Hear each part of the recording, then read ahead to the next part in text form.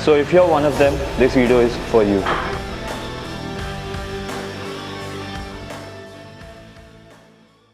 Hi all, welcome to my channel Beyond Hypertrophy. This is your coach Shanu, and today we are going to learn the exercise bench press. So bench press is one of those unsupported compound exercises which is being trained by a lot of people in the gym. So it's a little complex one. So let us understand the entire setup, the execution and the posture as well. So let us quickly look at this particular equipment. This is a usual bench press setup. A few gyms might not be having this, so probably you can go with a squat rack with handles both the sides, or you can also use Smith machine as well. So the bar can be placed on this particular height, or it can be over here as well. Usually the setup has to be done in such a way that you can usually unrack it properly. So your elbow should not bend, which I'm going to show you while the execution is being done. So this is how it has to be done. So looking into the setup and how you are lying down on the bench, so there are 5 points. Usually you might read across that there is a 3-point or a 4-point system. So there are 5 points where your body will be touching. Out of those, 3 points will be completely on the bench. So I'll show you over here. So this first is obviously my feet on the floor. Then I'm lying down.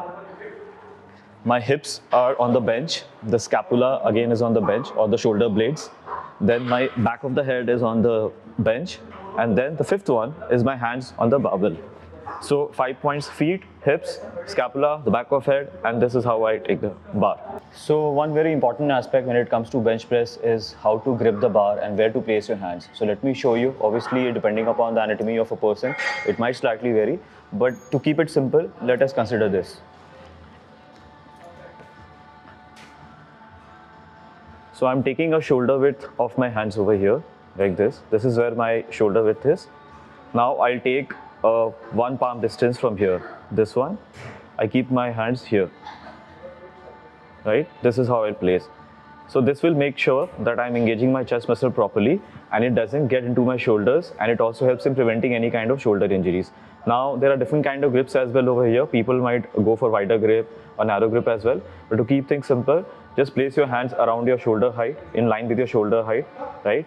Take a 1 palm distance from here where you place the hand, and from there you hold it. So as we know, bench press is one of the most complex unsupported compound exercises.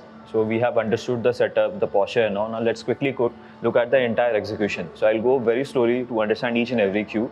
First I'll take the placement of my body as I explained you a bit.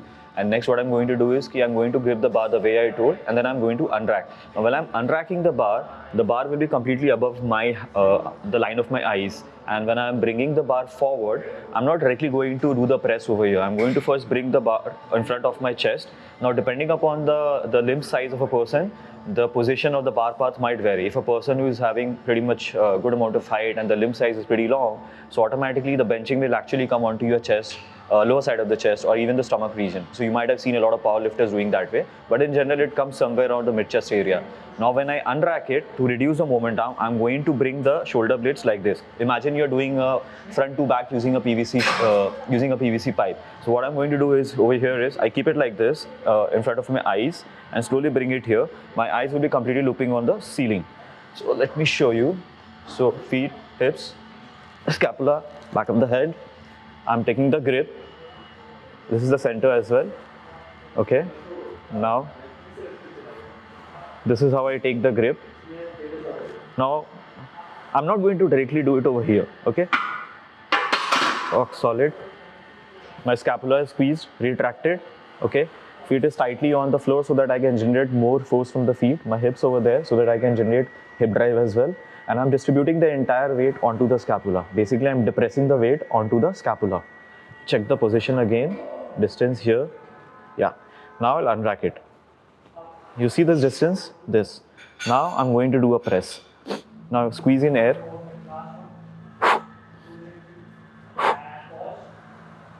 Now few cues over here. When you're doing a press, try touching your chest. This.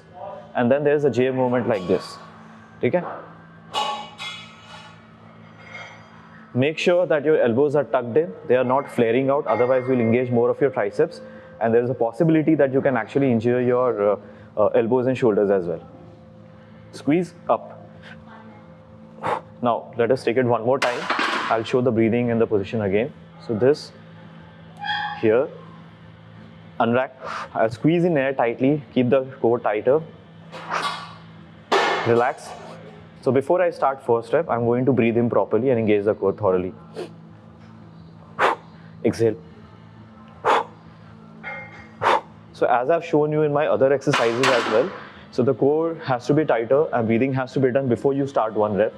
And the breathing cannot, or isn't, you cannot exhale during the course of the movement or during the repetition. Otherwise, you'll be losing your core and there's a possibility that you can again injure your back. So again, just summarizing it, the touching positions are important, how to unrack, the gripping, and then the shoulder, as in the elbows, have to be tucked in. It should not flare out. It should be tucked in by squeezing your scapula over here, and then I press it in the J movement. So while I'm unracking, I'm not going to do a straight movement. I'm going to bring it forward.